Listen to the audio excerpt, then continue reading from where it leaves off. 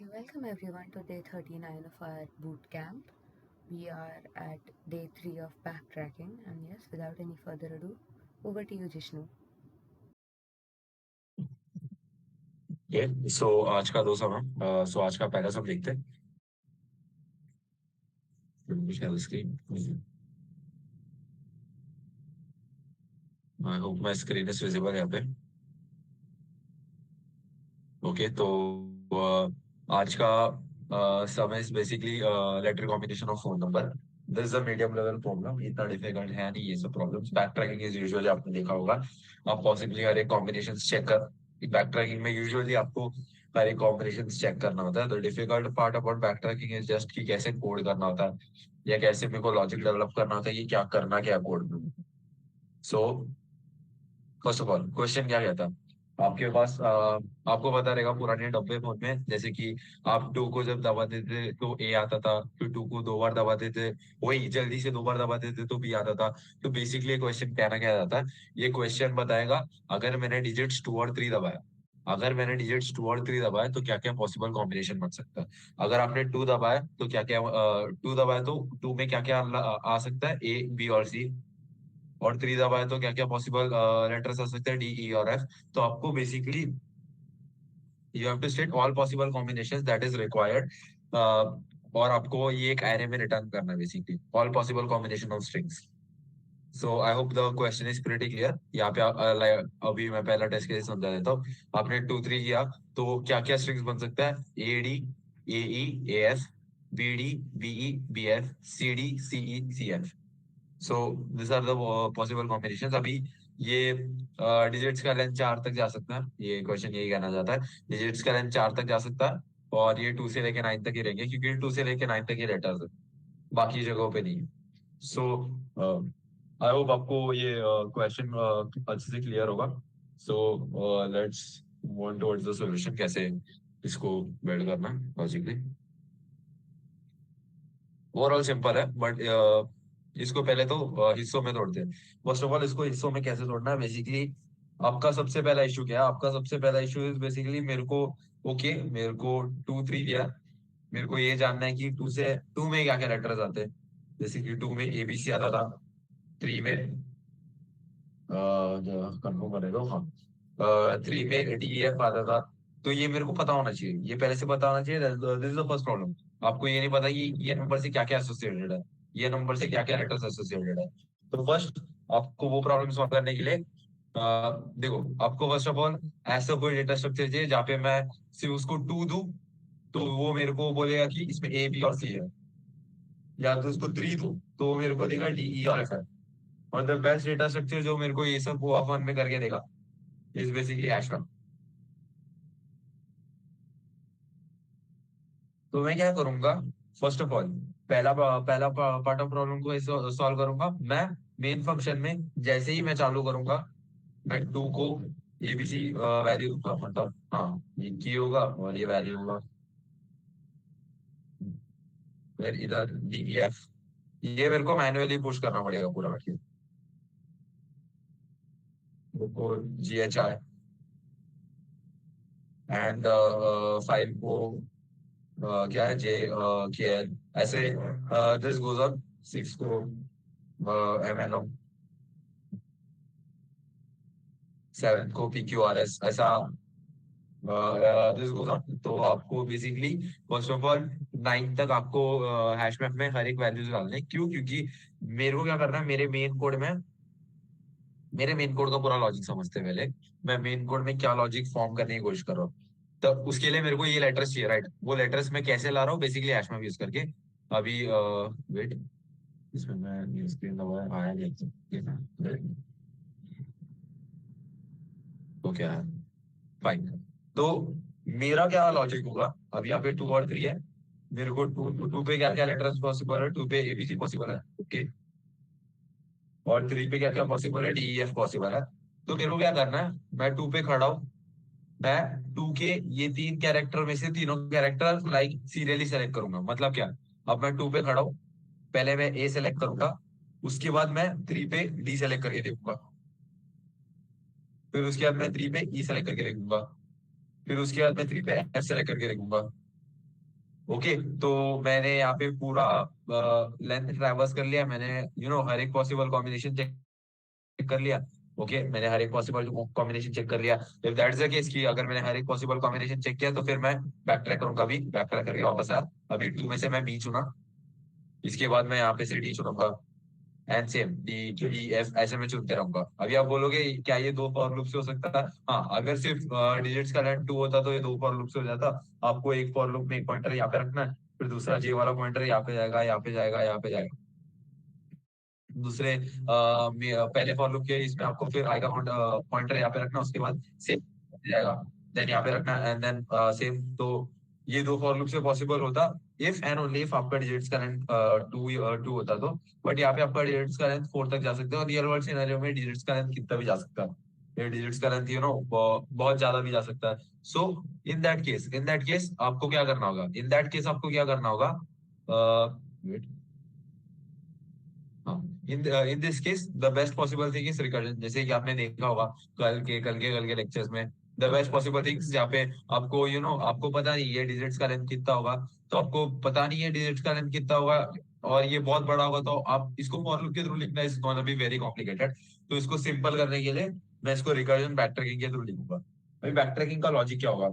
Back tracking का logic first of all हम लोग ये समझते हैं, बैक ट्रैकिंग में क्या क्या समझना क्या? Okay, first of all back tracking में सबसे इंपॉर्टेंट चीज हम लोग को क्या समझना है? बेस केस इंपॉर्टेंट, क्या बेस केस क्या होगा? एक रिकर्जन। देखो यहाँ पे इसका लॉजिक वगैरह तो सिंपल होता है, बैक ट्रैकिंग का कोड्स का लॉजिक मैं करके लेक्चर में भी बोल रहा हूँ, आज के लेक्चर में भी बोल रहा हूँ। लॉजिक सिंपल होता है। The thing that is difficult is basically आप कोड कैसे फॉर्म करते हो। तो जब भी आप रिकर्शन का कोड फॉर्म करते हो, फर्स्ट ऑफ ऑल आप ये सोचने की कोशिश करते हो कि आपका बेस केस क्या होगा। उसके पहले मैं काइंड ऑफ मेरा रिकर्जन का फ्लो समझने की कोशिश करता हूँ। ओके, मेरे पास टू थ्री है, इधर से मैंने ए सेलेक्ट किया, इधर से मैंने ई, फिर उसके बाद एफ सेलेक्ट किया। तो ये अब ये डी के बाद ये कुछ और सेलेक्ट क्यों नहीं कर रहा? क्यों? क्योंकि ऑलरेडी ऑलरेडी मेरा जो आई का पॉइंटर यहाँ पे खड़ा रहेगा, फिर आई का पॉइंटर इधर जाएगा, फिर जब आई का पॉइंटर इधर जाएगा, मैं बोलूंगा ये जो आई का पॉइंटर है, ये अभी 23 को 23 आई गेस मेरे को क्वेश्चन में स्ट्रिंग के फॉर्म में दिया रहेगा। हाँ, मेरे को स्ट्रिंग ऑफ डिजिट्स दिया रहेगा। तो इसको मैं एसटीआर बोलता हूँ। अगर मेरा I is equal to STR, अगर मेरा I is equal to STR, तो मैं श्योर हूँ कि मेरे को ब्रेक करना है, कि मेरे को और आगे जाना नहीं है। आप यहाँ पे देख सकते हो,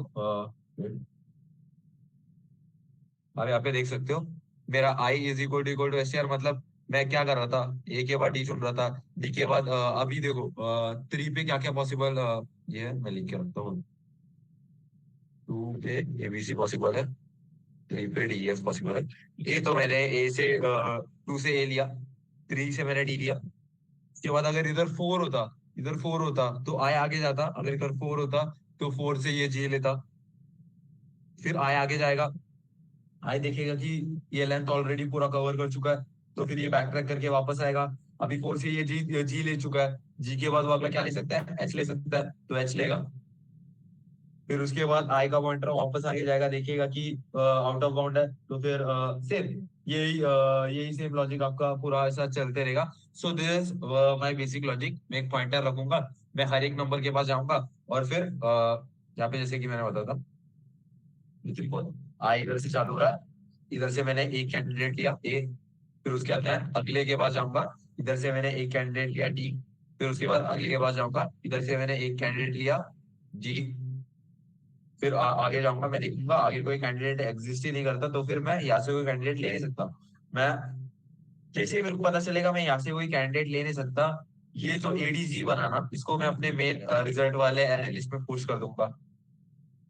रिजल्ट वाले एनालिस्ट में एडीजी पुश हो जाएगा, मतलब इसको ऐसे लिखने से अच्छा।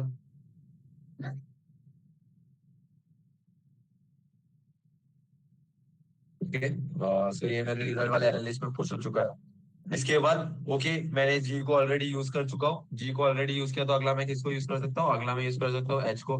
तो फिर मैं क्या करूंगा?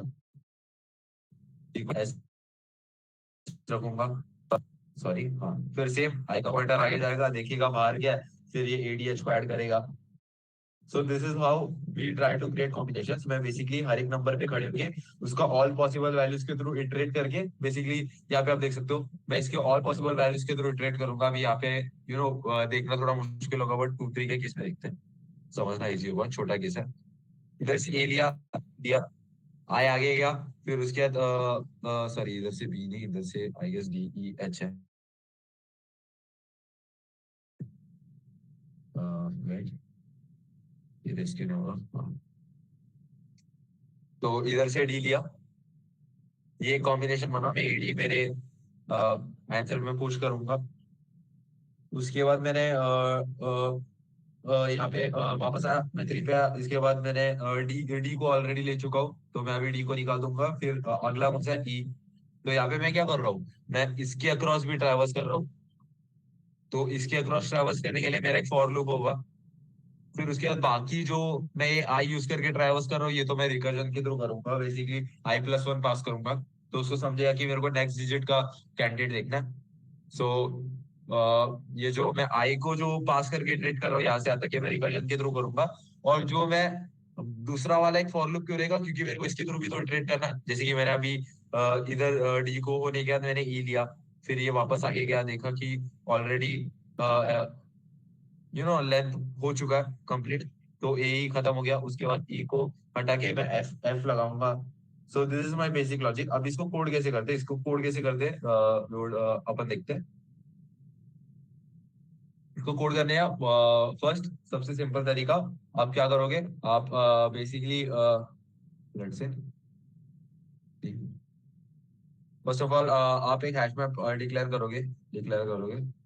ये मैं कोड में दिखा देता हूँ और वापस पूरा तो यहाँ पे लिख देता हूँ। मैं हैश मैप डिक्लेयर करता हूँ। हैश मैप, अब ये हैश मैप किसका होगा, हैश मैप में क्या क्या वैल्यूज एग्जिस्ट करता है। एक होता है इंटीजर, आप दोनों स्ट्रिंग भी पुश कर सकते हो, क्योंकि मेरे को टू स्ट्रिंग या कैरेक्टर के फॉर्म में दिया, तो एक कैरेक्टर, बेसिकली मैं कैरेक्टर क्यों, क्योंकि मेरे को क्वेश्चन में ना ये जो डिजिट्स है 2 3 ये स्ट्रिंग है। तो जब मैं S dot charAt function use करूंगा, ये मेरे को कैरेक्टर रिटर्न करेगा। तो मैं ये कैरेक्टर एस डॉट कैरेट आई, मतलब ये टू रिटर्न करेगा। अभी आई की जगह मैंने अगर 0 डाला होता तो ये टू रिटर्न करता, two as a character return करता। इसीलिए मैं यहाँ पे ये क्या है, टू क्या है, टू मेरा की है, और मेरा की टू मेरा की है, और मेरे वैल्यूज क्या है, मेरा वैल्यू एबीसी है। सो बेसिकली ये एक स्ट्रिंग है, ये कैरेक्टर है, इसीलिए मैं एक hash map of character comma string use करूंगा।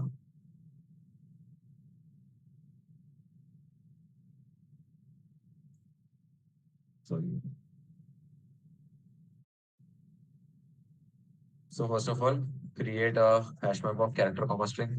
That's a new hash map. फिर उसके बाद आप क्या करोगे, इसके बाद आप बेसिकली आपने हैश मैप डिक्लेयर किया। अभी आपको याद है मेरे को हैश मैप पे सब कुछ पुश करना था, मेरे को हैश मैप पे सब कुछ पुश करना था, तो मैं क्या करूंगा, H M dot put two comma, ये पूरा जो होगा ना, एबीसी, ये पूरा कॉम्बिनेशन वगैरह मैं पुट करते रहूंगा यहाँ पे। यहाँ पे आप खुद से पुट कर सकते हो, मैं कोड में दिखाता हूँ। बेसिकली ये तो आपको बस ये एच एम डॉट पुट 10 15 बार 9 बार लिखना है, 9 भी नहीं, 2 3 4 5 6 7 8 9 8 बार लिखना है। तो आपको ये पूरा एच एम डॉट पुट 8 बार लिखना है। और उसके बाद अभी two is associated with ABC, three is associated with DEF, ये सब मेरे को रिपीटेटिवली लिखना है। अभी ये सब मैं क्यों लिख रहा हूँ, क्योंकि मैं जब भी फैच करूंगा हैश मैप यूज करके, ये देखने की टू में क्या क्या पॉसिबल लेटर्स एग्जिस्ट करता है, वो मेरे को ओ ऑफ वन में होना चाहिए। तो hash map is the best for O of one fetching, इसीलिए मैं हैश मैप यूज करूंगा। ओके, तो ये पूरा हैश मैप मैंने बना लिया। उसके बाद मैं क्या करूंगा, अभी एक स्ट्रिंग बिल्डर बनाता हूँ। अभी स्ट्रिंग बिल्डर क्यों, why not string, string builder usually faster होता है as compare to string for appending something. String builder is mutable और स्ट्रिंग इज इम्यूटेबल। तो स्ट्रिंग बिल्डर बहुत अच्छा होता है अगर आपको कुछ अपेंड वगैरह स्ट्रिंग ऑपरेशन जब भी करना होता है ना, आई वुड प्रेफर आप स्ट्रिंग बिल्डर ही यूज करो, क्योंकि वो बहुत फास्टर होता है एज कम्पेयर टू आपका जो भी स्ट्रिंग वगैरह है। उसके बाद मैं एक एरे लिस्ट बनाऊंगा। ये एरे लिस्ट क्या है, रिजल्ट स्टोर करने के लिए। और इसमें क्या होगा, इसमें रेस,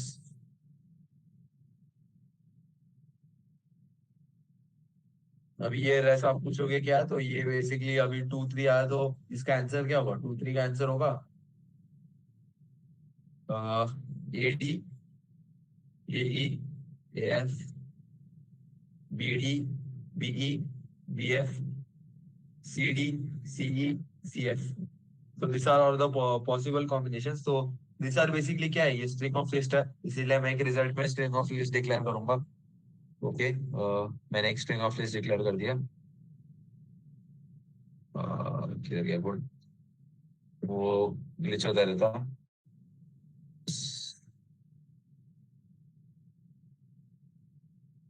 ओके, मैंने एक अरे लिस्ट डिक्लेयर किया।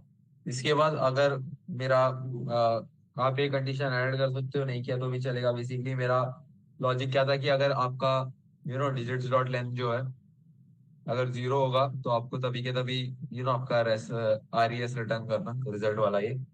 क्यों? क्योंकि आपको कुछ करने की जरूरत नहीं, आप डायरेक्टली रिटर्न कर सकते हो। एल्स एल्स आप रिकर्जन में जो फंक्शन लिख रहे हो वो कॉल करोगे। अभी आपका दिमाग कैसे चलना चाहिए, अभी आप बोलोगे रिकर्जन लिखना, तो मैं कैसे चालू करूँ, क्या क्या सोचूं पहले।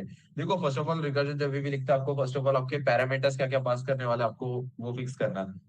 अभी आप एक एक रिकर्जन कॉल में क्या क्या लगता है,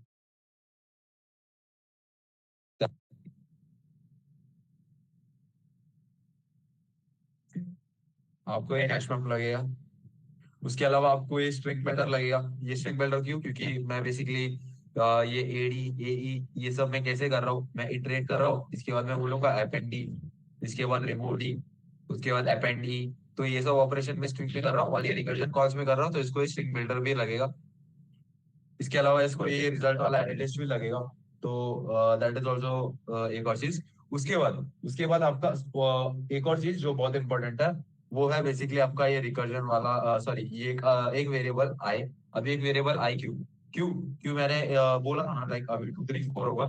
तो मैं आई यूज करके ऐसे ट्रैवर्स कर रहा था, फिर 4 से कैंडिडेट ले रहा था, लाइक 2 से ले रहा था, 3 से ले रहा था, 4 से ले रहा था। फिर उसके बाद आगे गया, वापस पीछे आया, फिर 4 का कैंडिडेट चेंज किया, आगे आया, पीछे आया, 4 का कैंडिडेट चेंज किया, आगे आया, पीछे आया, 4 का कैंडिडेट चेंज किया। उसके बाद अगर मैंने हर एक पॉसिबल 4 का कैंडिडेट टेस्ट कर लिया, फिर मैं पीछे गया, फिर 3 का कैंडिडेट वापस चेंज करके, फिर 4 का कैंडिडेट चेंज करके, फिर ऐसे मैं कॉम्बिनेशन बना रहा था। तो ये आई आगे पीछे जो कर रहा था, वो मेरे को मेंटेन करने के लिए एक वेरिएबल आई भी लगेगा। आई होप आपको ये समझा होगा कि मैं करने का क्या कोशिश कर रहा हूँ। और फाइनली फाइनली आपको क्या लगेगा, ये 2 3 जो डिजिट आपका डिजिट्स करके एक स्ट्रिंग है उसमें स्टोर्ड है, आपको ये भी लगेगा। क्यों? क्योंकि आपको इसके थ्रू ही तो इटरेट करना है।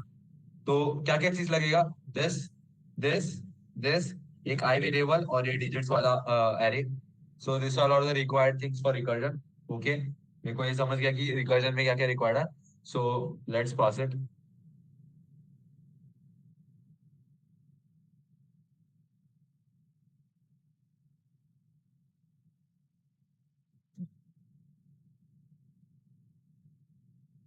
ओके, यहाँ पे आप आई का स्टार्टिंग में वैल्यू 0 से चालू कर रहा हूँ, क्योंकि मैं पहले 2 का कैंडिडेट चुन रहा हूँ, फिर उसके बाद 3 का, फिर 4 का। तो आई का वैल्यू 0 से चालू करूंगा। आई का वैल्यू 0 से चालू कर लिया, उसके बाद मैं क्या हैश में पास कर रहा हूँ, उसके बाद एरे लिस्ट पास करता हूँ। एरे लिस्ट भी नहीं, रुको, एरे लिस्ट पास करता हूँ। उसके बाद स्ट्रिंग बिल्डर पास करता हूँ, उसके बाद मेरे को जो डिजिट्स करके स्ट्रिंग दिया वो पास करता हूँ। Okay, so this are all the things that are record for recursion. अभी फिर रिकर्जन में मैं क्या लिखूंगा, ये कैसे समझते हैं। First of all first of all आपको क्या देखना है, आपका बेस केस क्या है। आपका बेस केस क्या है, जब आपका आई इज इक्वल टू आपका डिजिट्स डॉट लेंथ। अगर आपका आई इज इक्वल टू आपका डिजिट्स डॉट लेंथ, तो आप बोल सकते हो कि आपने ऑलरेडी एक 2 लेंथ का एक स्ट्रिंग क्रिएट कर चुके हो आप। लाइक एडी के बाद ये जब आई का वैल्यू 2 पे जा रहा था, आपका डिजिट्स का लेंथ भी 2 है, तो आप बोल सकते हो एक स्ट्रिंग क्रिएट हो चुका है। तो जब भी एक स्ट्रिंग आपका क्रिएट हो चुका, आपको बेसिकली वो स्ट्रिंग को आपके रिजल्ट वाले एरे लिस्ट में ऐड करना। सो आई होप आपको बेस केस कैसा आया वो क्लियर हुआ रहेगा। ऊपर ट्राई रन किया था तभी आपको पता था। आप 2 पे 3 पे गए, ए लिया, इसके बाद ऐसे डी लिया, इसके बाद ये आई आगे गया, आई का वैल्यू 2 हो गया, स्ट्रिंग का लेंथ भी 2 है, 2 इज इक्वल टू 2, तो मैं बोलूंगा एक ऑलरेडी एक स्ट्रिंग बन चुका है, इसको ऐड कर दो अपने रिजल्ट में। सो आपका बेस केस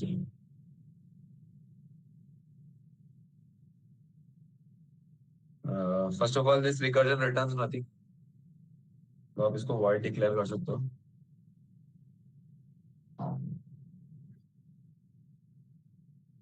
इंट आई फिर हैश, ये पूरा आप लिखो क्योंकि अभी डबल तो आ रहा है मेरे को, कैरेक्टर पूरा लिखने में, कैरेक्टर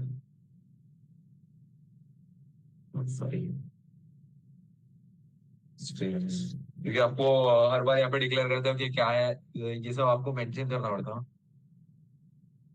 फिर उसके बाद यहाँ पे स्ट्रिंग बिल्डर एसबी, ये क्यों, ये भी मैं अगर आपको अच्छे से नहीं समझा तो वापस समझाता हूँ। आपके दिमाग में अगर डाउट आ रहा है कि मैं स्ट्रिंग बिल्डर एसबी क्यों यूज कर रहा हूँ, स्ट्रिंग बिल्डर एसबी क्यों यूज कर रहा हूँ, देखो मेरा आइडिया क्या है। फर्स्ट ऑफ ऑल मेरा स्ट्रिंग बिल्डर खाली होगा,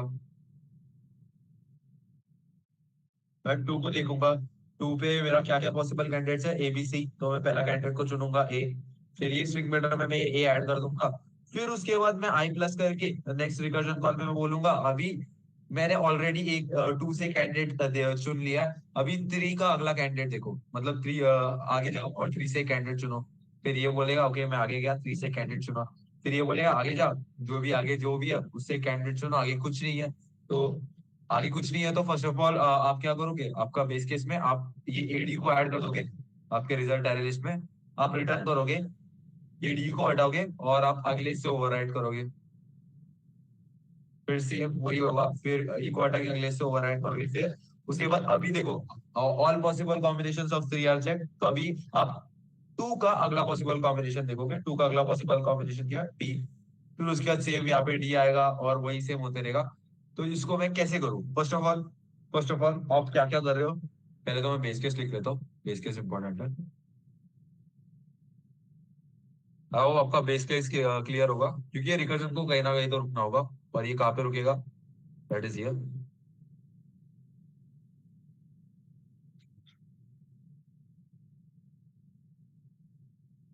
अभी ये स्ट्रिंग बिल्डर में मैं ये ए बी सी डी या जो भी मैं बना रहा हूँ ये स्ट्रिंग बिल्डर पे ऐड कर रहा हूँ ना, तो और मेरा एरे लिस्ट जो है ये स्ट्रिंग लेता है, तो मेरे को इसको S B dot to string करना पड़ेगा, ऐड करने के पहले एक टेम्पररी स्ट्रिंग में स्टोर करूंगा S B dot to string करके, फिर टेम्प में मैं ये सॉरी एरे लिस्ट में मैं ये टेम्प ऐड करूंगा।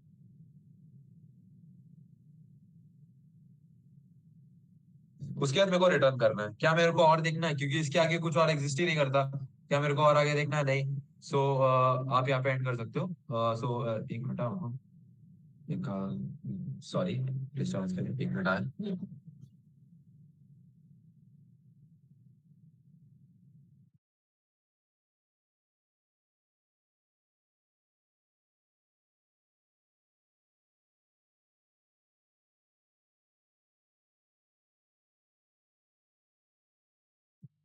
या सॉरी फॉर दिस, तो हाँ अभी आगे क्या करना है? आगे मैं क्या किया, मैंने रिटर्न कर दिया, ओके दैट्स डन। अभी इसके बाद मैं क्या करूंगा, अभी इसके बाद लेट्स फोकस ऑन कि मेरे को करना क्या है। आप एक आप टू पे पहुंच गए, लेट्स से मैं कोड कैसे करता हूँ, यूजुअली मैं कैसे सोचता हूँ ये मैं बताता हूँ, रिकर्जन लिखता हूँ, क्योंकि आई नो रिकर्जन लिखना बहुत टफ जाता है लोगों को, क्योंकि मेरे को भी एट द स्टार्ट बहुत ज्यादा टफ जाता था। तो मैं सोचता कैसे हूँ, मैं सोचता हूँ बेसिकली अभी मैं टू पे खड़ा हूँ, मेरे को क्या करना है, टू पे एवरी पॉसिबल कॉम्बिनेशन बनाने, देखो टू पे खड़ा हूँ, मेरे को टू पे हर एक पॉसिबल कॉम्बिनेशन कैसे करके मेरे को टू का हर एक पॉसिबल कॉम्बिनेशन देखना है। उसके लिए मैं क्या करूंगा, फर्स्ट ऑफ ऑल मैं हैश मैप से टू में क्या क्या पॉसिबल कॉम्बिनेशन है पहले ये फेच करूंगा हैश मैप से। सो मैं एक स्ट्रिंग टेम्प, अभी आप बोलोगे इसके अंदर भी एक स्ट्रिंग टेम्प है, इसके अंदर का जो स्ट्रिंग टेम्प है ना वो ये ब्रैकेट खत्म होते ही खत्म होगा, इसीलिए यहाँ पे मैं एक और स्ट्रिंग टेम्प डिक्लेयर कर सकता हूँ, I am free to do it.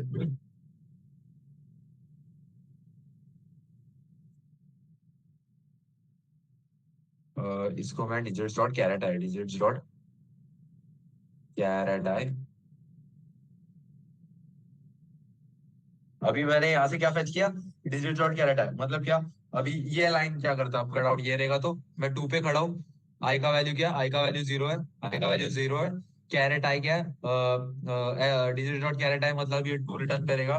फिर मैं देखूंगा एच एम डॉट गेट 2। 2 पे क्या क्या है, 2 पे क्या है, 2 पे मैंने स्ट्रिंग एबीसी स्टोर किया है। अब मैं ए कॉमा बी कॉमा सी करेगा, मैं एबीसी करके स्ट्रिंग ही होल स्टोर कर रहा हूँ। तो 2 पे मैंने एबीसी स्टोर किया। ओके, तो मैं ये लाइन बेसिकली क्या करता है, मेरे को ये बताता है कि वो नंबर पे क्या क्या पॉसिबल कॉम्बिनेशन एग्जिस्ट करता है। फिर मेरे को इटरेट करना है वो हर एक पॉसिबल कॉम्बिनेशन के थ्रू। इसके लिए मेरे को एक फॉर लूप लगेगा। ये string है तो हो गया।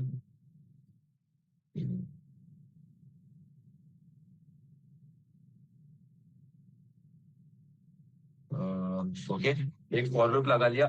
अभी क्या करना है, अभी मेरे को यहाँ से कैंडिडेट चुनना है पहले। यहाँ से कैंडिडेट चुनना है, तो एस बी डॉट अपेंड करूंगा। अपेंड मतलब ये लास्ट में ऐड करेगा। क्या ऐड करना है, टेम्प डॉट कैरेट आई। अभी आप बोलोगे ये करता क्या है, इसका काम क्या है। आपने 2 से एबीसी फेच किया है, आपने 2 से एबीसी फेच किया है। ओके, अभी मेरे को ये एबीसी एबीसी के थ्रू इटरेट करके एक एक स्ट्रिंग बिल्डर में ऐड करना है। So that's what I am trying to do. So मैंने 2 से ए लिया। ओके, 2 से मैंने ए लिया, अपेंड किया। उसके बाद मैं क्या करूंगा, मैंने क्या बोला, अगर मैंने 2 से कैंडिडेट चुन लिया, अभी मेरे को क्या करना है, क्या मेरे को अभी 2 से वापस दूसरा कैंडिडेट चुनना है, नहीं, मेरे को अभी 3 से अगला कैंडिडेट चुनना है। उसके लिए मैं क्या करूंगा, मैं सिंपली ये रिकर्जन को वापस बुलाऊंगा और बोलूंगा तू i+1 ले। तू i+1 ले, मतलब i+1 क्या होता है, i+1 ले मतलब मैं बोलूंगा तू आगे जा, तू आगे गया, तू आगे जा। ओके, तू आगे गया, आई इधर आ गया, आई इधर आ गया, i+1 ले। फाइन, मैंने i+1 ले लिया। इसके बाद क्या, इसके बाद सिंपल आपको क्या बाकी कुछ चेंज करके भेजना है? नहीं, आपको बाकी कुछ चेंज करके नहीं भेजना है। तो आपने i+1 दिया, उसके बाद आप सिंपल एच एम रेस जो भी है, सॉरी यहाँ पे मैंने रेस डिक्लेयर करना भूल गया।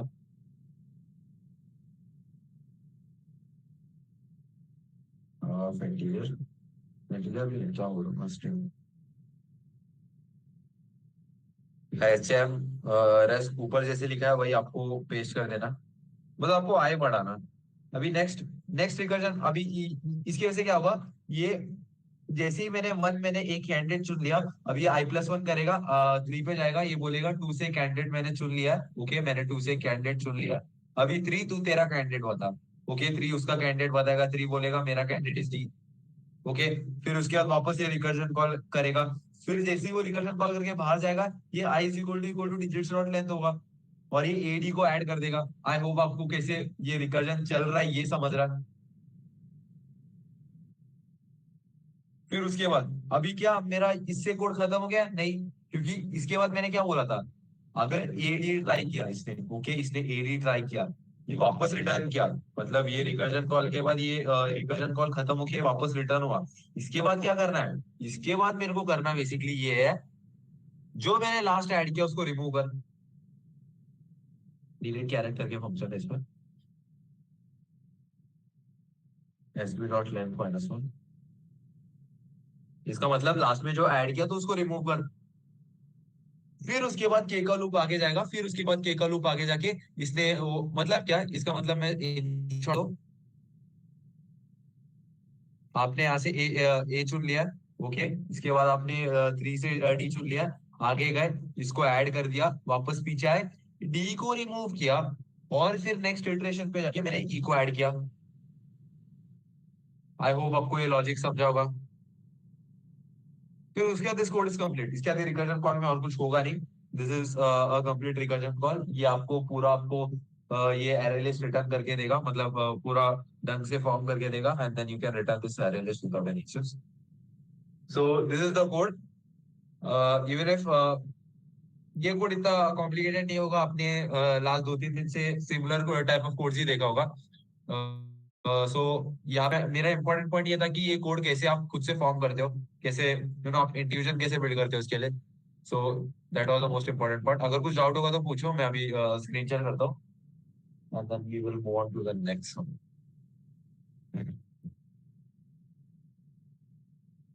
अब इसका टोटल टाइम कॉम्प्लेक्सिटी बेसिकली वो भी मैं बता देता हूँ अभी। देखो आप पूरा एन के अक्रॉस ट्रैवर्स तो कर ही रहे हो, आप एन के अक्रॉस ट्रैवर्स कर रहे हो, और आप 4:n अभी क्यों होगा आपके पास, मैक्सिमम 4 पॉसिबल डिसीजन है। 4 पॉसिबल डिसीजन मतलब क्या, for numbers like 7 and 9, for numbers like 7 and 9 4 possible letters आप चूज कर सकते हो। सो 4 पॉसिबल डिसीजन है वर्स्ट केस सिनेरियो में, इसीलिए 4:n। और आप पूरा एन के अक्रॉस ट्रैवर्स कर रहे हो, इसीलिए ये एन भी आता है, तो इसका total complexity n into 4:n जाता है, अगर आपको कहीं पूछा गया रहेगा तो।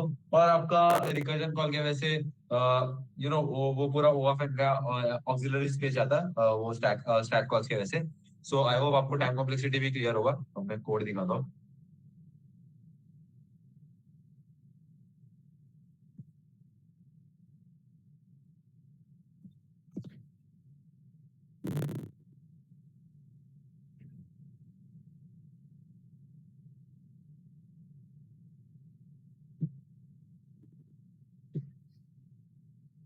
सो फर्स्ट, अभी यहाँ पे आप पहला लाइन देख के थोड़ा कंफ्यूज मत हो जाओ, मैं क्या कर रहा हूँ, मेरा जो जो भी 2 3 वगैरह है, ये एक स्ट्रिंग में दिया, ये मेरे मैं कैरेक्टर एरे में कन्वर्ट कर रहा हूँ। Is it faster?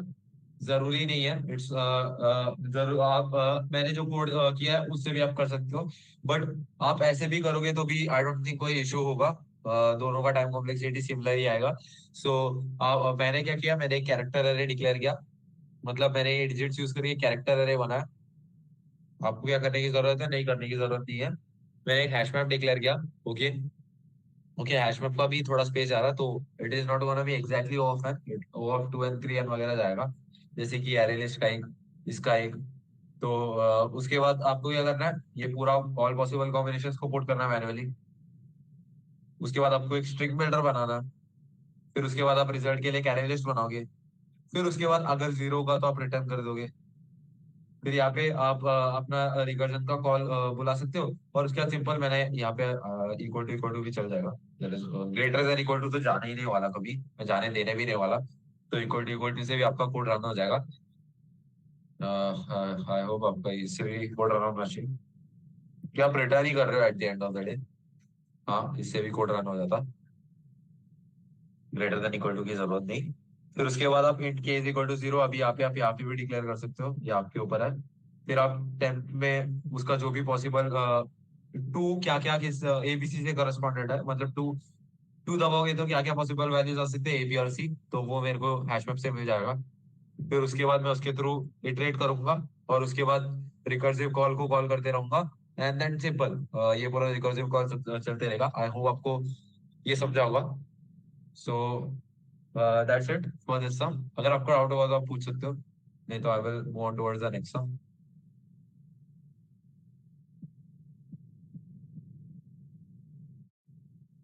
वेट, मैं नेक्स्ट सम पे मूव करता हूँ।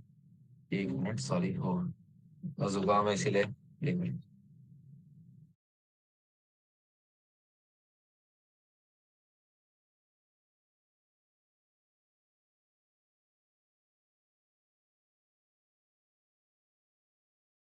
हाँ, ओके, तो अभी नेक्स्ट सम क्या है, नेक्स्ट सम बेसिकली आपका है जनरेट पैरेंथेसिस।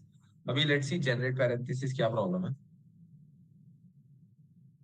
देखो बैकट्रैकिंग के प्रॉब्लम्स कंपैरेटिवली बहुत सिंपल रहते हैं, क्योंकि आपको वहां पे बोला जाता है कि हर एक पॉसिबल कॉम्बिनेशन चेक करो, क्योंकि बैक ट्रैकिंग के प्रॉब्लम में क्या होता है कि there is no specific correlation कि ये होगा तो ये होगा, तो आप कुछ ऐसा लॉजिकली फॉर्म नहीं कर पाते। यहाँ पे यूजुअली आपको क्या आपका टेस्ट किया जाता है कि आप कोडिंग के फॉर्म में क्या क्या आप सिमुलेट कर सकते हो, लाइक कोड यूज करके आप क्या क्या सिमुलेट कर सकते हो possible things. That's what they expect you while doing back tracking problems. वही सबसे इंपॉर्टेंट होता है कि कैसे आप अलग अलग पॉसिबल कॉम्बिनेशन को सिमुलेट करते हो। तो यहाँ पे क्या बोला गया, बहुत सिंपल प्रॉब्लम है। इसका डेफिनेशन ही है कि given n pairs of parentheses, write a function to generate all combinations of well formed parentheses। यहाँ पे मतलब फर्स्ट ऑफ ऑल आप जो भी पैरेंथेसिस फॉर्म कर रहे हो वो वैलिड होनी चाहिए। आप ऐसे क्लोजिंग 3 ब्रैकेट ओपनिंग 3 ब्रैकेट नहीं कर सकते। जो भी पॉसिबल आप पैरेंथेसिस जनरेट कर रहे हो, they should always and always be valid. I hope आपको वो वाला पॉइंट क्लियर होगा। फिर उसके बाद आपको क्या देखना है, उसके बाद आपको क्या देखना है, दैट्स इट। आपको तीन तीन तीन ये तीन का मतलब क्या है, आप 3 ओपनिंग ब्रैकेट्स और 3 क्लोजिंग ब्रैकेट्स यूज कर सकते हो। ये वन का मतलब आप वन एक ओपनिंग ब्रैकेट और एक क्लोजिंग ब्रैकेट यूज कर सकते हो। और यूजुअली बैक ट्रैकिंग का प्रॉब्लम समझना है तो आपको ये से छोटे छोटे कंस्ट्रेंट्स दिखेंगे, क्योंकि यहाँ पे आप जनरेट ऑल पॉसिबल पैरेंथेसिस, क्या कोई आपके पास शॉर्टकट है जहाँ पे आप कोऑप एंड में ही सब पॉसिबल जनरेट करोगे? नहीं, राइट। आपको हर एक पॉसिबल देख के चेक करना होगा। सो लेट्स सी ये प्रॉब्लम मैं कैसे टैकल करूंगा। सो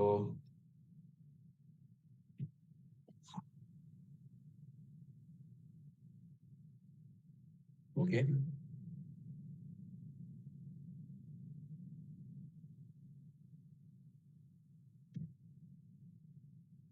और एक मिनट ये प्लस करो। अच्छा, इधर ही आ गया क्या? ये वाला पेज नहीं चाहिए, इसे वाला पेज लेता हूँ।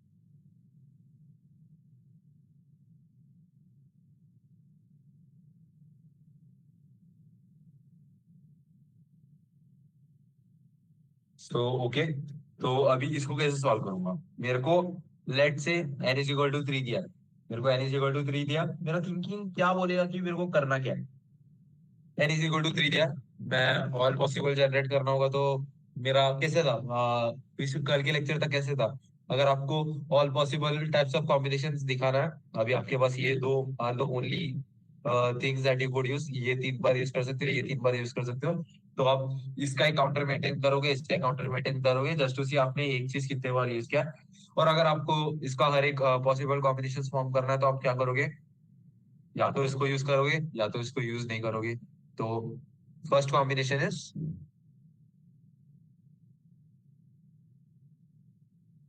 कि ये यूज करना, या तो इसको यूज करोगे या तो इसको नहीं यूज करोगे।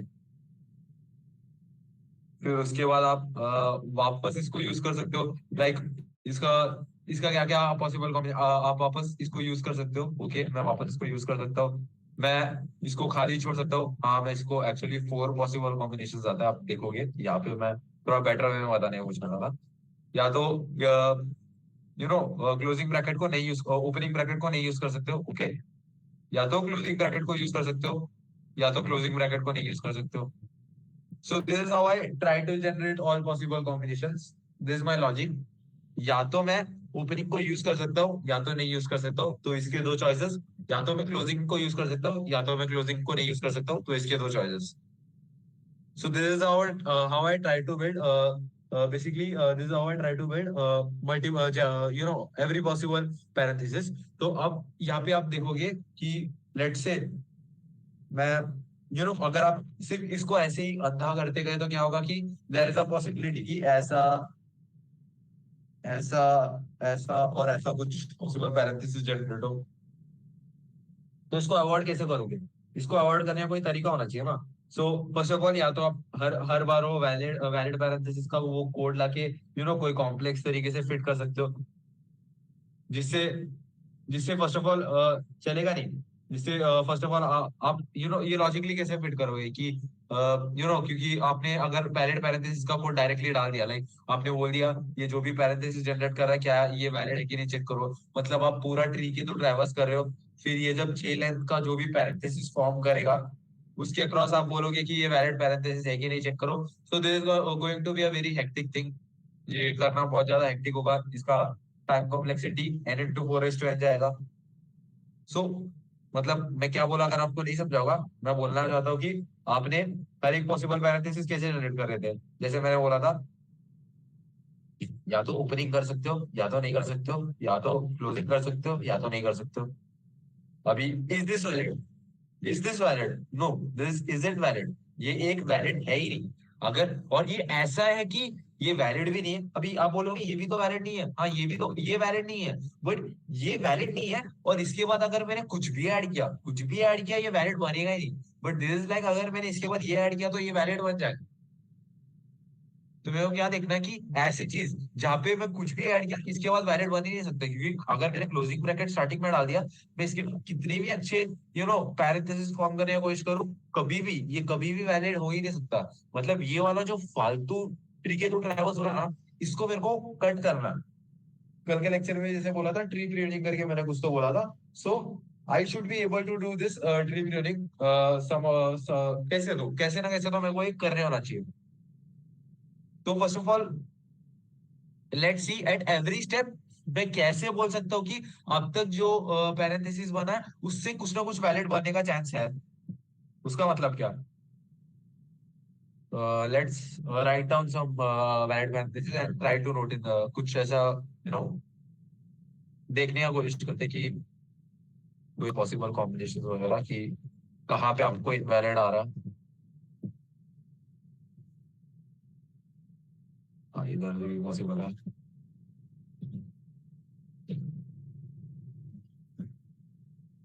अभी इज दिस वैलिड, मतलब इधर अगर मेरे को और अभी इसके बाद मैं और बेसिकली क्या, मेरा n इज इक्वल टू 3 है, ओके, मेरा n इज इक्वल टू 3 है।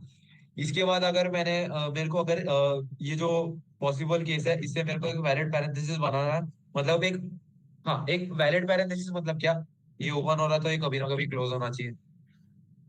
ऐसा कुछ नहीं होना चाहिए कि क्लोजिंग एग्जिस्ट करता है, मतलब हर एक क्लोजिंग का एक पर्टिकुलर ओपनिंग ब्रैकेट एग्जिस्ट करना चाहिए, लाइक दिस इज वैलिड, क्योंकि ये क्लोजिंग का ये ओपनिंग है, ये क्लोजिंग का ये ओपनिंग है, अगले क्लोजिंग का वो दूसरा वाला ओपनिंग है। दिस इज वैलिड क्योंकि ये क्लोजिंग का ये ओपनिंग है, ये क्लोजिंग का ये ओपनिंग है। सो हर एक क्लोजिंग के लिए उनका एक करस्पॉन्डिंग ओपनिंग एग्जिस्ट करना चाहिए।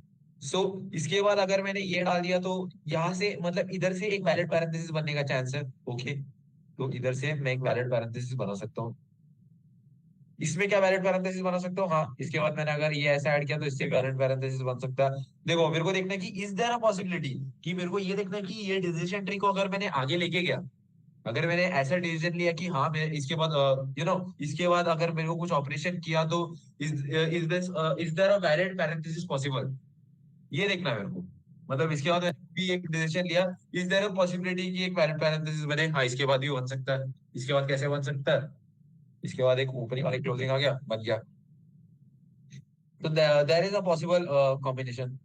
इसके बाद यहाँ पे आप देख सकते हो, यहाँ पे मैं कुछ भी करूँ पॉसिबली, लाइक मैंने ऐसे ऐसे किया या ऐसे ऐसे किया, मतलब कुछ भी करूँ, आप इधर से कोई वैलिड पैरेंथेसिस बना ही नहीं सकते। इसके आगे मतलब ऑपरेशन करने का कोई सेंस बनता नहीं है।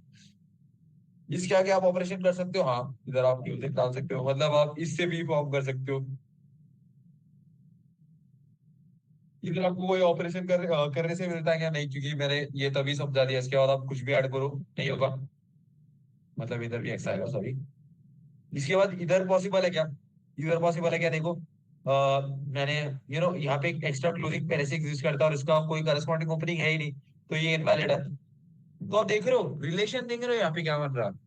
आपका ओपनिंग जो है, अगर आपके क्लोजिंग से कम है, अगर आपका ओपनिंग क्लोजिंग से कम है तो एक इनवैलिड पैरेंथेसिस फॉर्म करेगा। So just to form a valid parenthesis, what I have to make sure is basically मैं जब भी ये क्लोज पैरेंथेसिस ऐड कर रहा हूँ तभी अपना ओपनिंग पैरेंथेसिस हमेशा ज्यादा होना चाहिए। मतलब क्या? अगर मैं ऐसा डिसीजन ले रहा हूँ कि ओके, मेरा खाली स्ट्रिंग है, क्या इसमें मैं क्लोज पैरेंथेसिस ऐड कर सकता हूँ? मेरा ओपनिंग पैरेंथेसिस का वैल्यू 3 है, मेरा क्लोज पैरेंथेसिस का वैल्यू 3 है, क्या मैं इसमें क्लोज पैरेंथेसिस ऐड कर सकता हूँ? नहीं। क्यों? क्योंकि अगर आपने क्लोज पैरेंथेसिस ऐड किया, मतलब मैं वो अभी इसके थ्रू मैं कैसे कंपेयर कर रहा हूँ, देखो, अगर मैंने क्लोज पैरेंथेसिस ऐड किया तो क्या होगा कि इनवैलिड फॉर्म होगा, क्योंकि आपका अभी रिमेनिंग ओपनिंग पैरेंथेसिस 3 है, रिमेनिंग क्लोज पैरेंथेसिस 2 है। मतलब क्या, आपका एक ऑलरेडी एक ओपनिंग पैरेंथेसिस क्लोजिंग पैरेंथेसिस आ चुका है जिसका एक सब्सिक्वेंट ओपनिंग पैरेंथेसिस नहीं है, मतलब एक क्लोज पैरेंथेसिस आ चुका है जिसका एक ओपनिंग पैरेंथेसिस नहीं है। तो इसको मैं कैसे करूंगा कि जब भी मेरा ओपनिंग, मेरा जो सी है, जब भी ओ से बड़ा होगा तभी मैं ऐड करूंगा। मतलब in what cases will I add? Let's say ये 4 4 था, मैंने एक ऐड कर दिया तो अभी ओपनिंग और 3 बाकी है, क्लोजिंग और 4 बाकी है, ओके। इसके बाद क्या मैं क्लोजिंग ऐड कर सकता हूँ? हाँ, मैं क्लोजिंग ऐड कर सकता हूँ इसके बाद। क्यों? क्योंकि मैंने ये 3 का मतलब ऑलरेडी मैंने एक ओपनिंग ऐड कर चुका हूँ मेरे स्ट्रिंग बिल्डर में, और ये 4 का मतलब मैं अब तक कुछ ऐड नहीं कर चुका, तो देर इज देर इज मतलब अगर आपने एक क्लोजिंग पैरेंथेसिस ऐड किया, हाँ आपका एक वैलिड पैरेंथेसिस फॉर्म होने का चांस है। So that's what I am trying to form here. I hope आपको ये वाला लॉजिक समझा होगा। आपका रिकर्जन का कोड मतलब बेसिकली क्या होगा? n is equal to 2।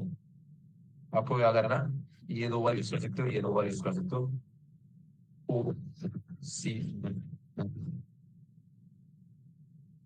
क्या मैं अभी क्लोजिंग पैरेंथेसिस यूज कर सकता हूँ? नहीं। क्लोजिंग पैरेंथेसिस क्यों नहीं यूज कर सकता? क्योंकि मेरा सी जो है ओ के इक्वल है, सी ओ से बड़ा नहीं है, तो मैं ओपनिंग को यूज कर सकता हूँ। तो मैं एक पॉसिबल कॉम्बिनेशन ओपनिंग को यूज करके करूंगा।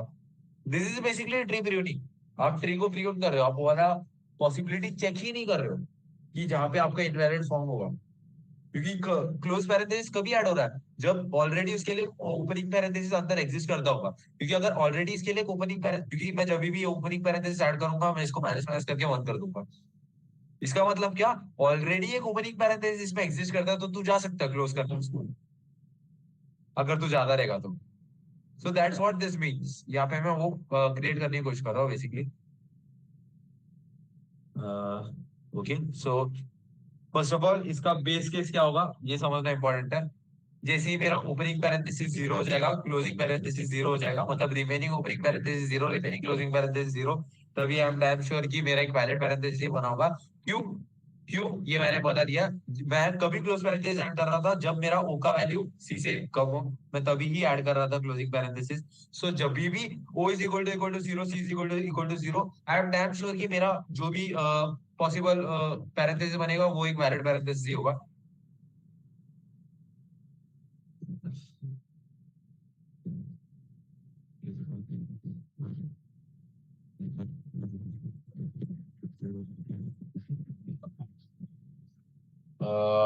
S B dot to stream plus, मतलब ये मेरा बेस केस होगा। फिर उसके बाद मैं इसको अरे लिस्ट में ऐड कर दूंगा। ये तो आपको समझ गया होगा पिछले सप्ताह से ही, और फिर रिटर्न करो। पिछले सप्ताह से ही है, बस इसमें एक चेंज किया है। इसमें एक चेंज क्या है, फर्स्ट ऑफ ऑल आपको यहाँ पे मैं O is equal to zero and C is equal to zero कर रहा हूँ, मतलब दोनों जीरो को तो ही मेरे को करना है। अभी लेट से मेरे को ओ ओ ओपनिंग पैरेंथेसिस कभी ऐड करना, मतलब ऐसा नहीं होना चाहिए कि कुछ इनवैलिड फॉर्म हो। ये चेक करने के लिए सबसे important, there is a possibility कि आपका ओपनिंग पैरेंथेसिस जीरो हो जाए और आपकी क्लोजिंग पैरेंथेसिस अभी भी 1 रहे, तो ये इफ कंडीशन में एंटर नहीं करेगा।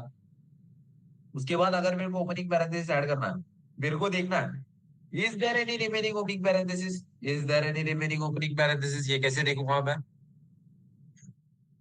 तो wait, if O is not equal to zero, ये ओ है, समझना मुश्किल हो, O is not equal to zero, ऐसे केस पे आपको क्या करना है, ऐसे ही केस पे आपको एस बी डॉट अपेंड करना है ओपनिंग ब्रैकेट को, और फिर similar as the last code. आप इसके बाद क्या करोगे, वो रिकर्जन वाला कोड को कॉल करोगे। आपने ऑलरेडी ओपनिंग पैरेंथेसिस ऐड किया तो आप ओ माइनस वन पास करोगे, क्योंकि आपने ऑलरेडी एक ओपनिंग पैरेंथेसिस पास किया तो आप ओ माइनस वन करोगे। आपने क्या कोई क्लोजिंग पैरेंथेसिस यूज किया इसके पहले? नहीं, तो आप सी रखोगे उसको। उसके बाद आप सेम एस बी और एल पास करोगे। आप पूछोगे एस बी एल क्या? एल बेसिकली आपका जो रिजल्ट वाला एरे लिस्ट है वो है, और एस बी क्या है, मैं जिसपे अपेंड कर रहा हूँ, मैं जिसपे ये ब्रैकेट ब्रैकेट ब्रैकेट ब्रैकेट जो भी मैं ये स्ट्रिंग्स फॉर्म कर रहा हूँ पॉसिबल कॉम्बिनेशन, वो मेरा एस बी है। ओके, मैंने ब्रैकेट अपेंड करके मैंने कॉम्बिनेशन चेक कर लिया। अभी मेरे को ब्रैकेट ब्रैकेट रिमूव करके चेक करते हैं। तो मैं बैक ये S B dot remove, remove नहीं होता, डिलीट कैरेट था वो पूरा फंक्शन। ये लास्ट वाला सब चाहिए, बस आपको वो ओ और सी वाला लॉजिक समझना इंपॉर्टेंट था कि कभी कैसे वैलिड में फॉर्म करने की कोशिश कर रहा हूँ।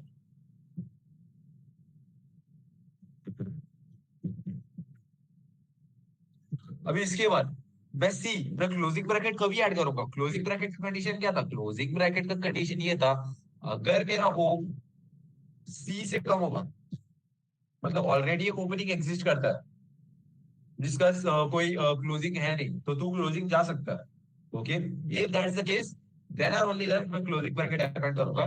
सॉरी अगर मैंने इधर नहीं, इधर नहीं किया, तो मैं क्लोजिंग ब्रैकेट अपेंड करूंगा। और जब भी क्लोजिंग ब्रैकेट अपेंड करूंगा उसके बाद मैं उसका पॉसिबल कॉम्बिनेशन देखने के लिए मैं रिकर्जन कॉल करूंगा। ओपनिंग को वैसे रखूंगा, क्लोजिंग को सी माइनस वन करूंगा, फिर उसके बाद एस बी है सेम एज बिफोर, क्योंकि मैंने क्लोजिंग यूज किया है यहाँ पे। और उसके बाद मैंने जो ऐड किया उसको बाद में डिलीट कर दूंगा। सेम यहाँ पे जो लिखा है वही सेम मेरे को लिखना है। And this is the code. इतना सिंपल कोड है इसका। यहाँ पे आप फॉर्म करने की कोशिश करोगे ऐसे कि आपका कोई आपका ट्राई क्या होगा कि आप ऐसा कुछ फॉर्म करो जहां से इनवैलिड पैरेंथेसिस वगैरह ना बने। मतलब अगर ऐसा कुछ आया है, ऐसा कुछ केस आया है, तो आप वो ट्री ट्री को ट्यून कर दोगे, मतलब उससे आगे आप जाओगे ही नहीं। फर्स्ट ऑफ ऑल ये केस आएगा भी नहीं कभी, क्योंकि मैं क्लोजिंग ब्रैकेट तभी ऐड कर रहा हूँ जब भी मेरे पास ऑलरेडी इसके अंदर एक ओपनिंग ब्रैकेट है। तो ऐसे पहले से क्लोजिंग वाला केस कभी आएगा ही नहीं। इसके वजह से ये इसका टाइम कॉम्प्लेक्सिटी ऑफ 4:n जाना चाहिए, बट ट्री प्री होने की वजह से 4:n से बहुत कम हो जाता है। क्योंकि क्लोजिंग ब्रैकेट से तभी ही ऐड करता है, तभी ही ऐड होता है जब भी जब उसके अंदर ऑलरेडी एक करस्पॉन्डिंग ओपनिंग ब्रैकेट एग्जिस्ट करता है। इसको वो 4:n अपन रूट एन बोलते हैं अभी। दिस इज बेसिकली थोड़ा अजीब सा उसका डेरिवेशन है। तो अगर आपको याद रखना होगा, इसका टाइम कॉम्प्लेक्सिटी ये है। स्टैक और जिसका तो स्पेस वो ऑफ एन ही है। हाँ, वो आपको ये वाला समझा होगा। सबसे इम्पोर्टेंट तो यही वाला था, बाकी तो लास्ट कोड में जो किया था आपको वही करना है कॉम्बिनेशन बनाने के लिए। सो आई होप आपको ये वाला कोड भी समझा होगा। This is also simple code. यहाँ पे मेरा सबसे इम्पोर्टेंट चीज तो वो और सी वाला लॉजिक समझाना। सिर्फ वही समझा दो भी, आप ये खुद से कर सकते हो। अगर आपने पिछला वाला अच्छे से समझा होगा तो मैं प्रेजेंट करता हूँ सोल्यूशन।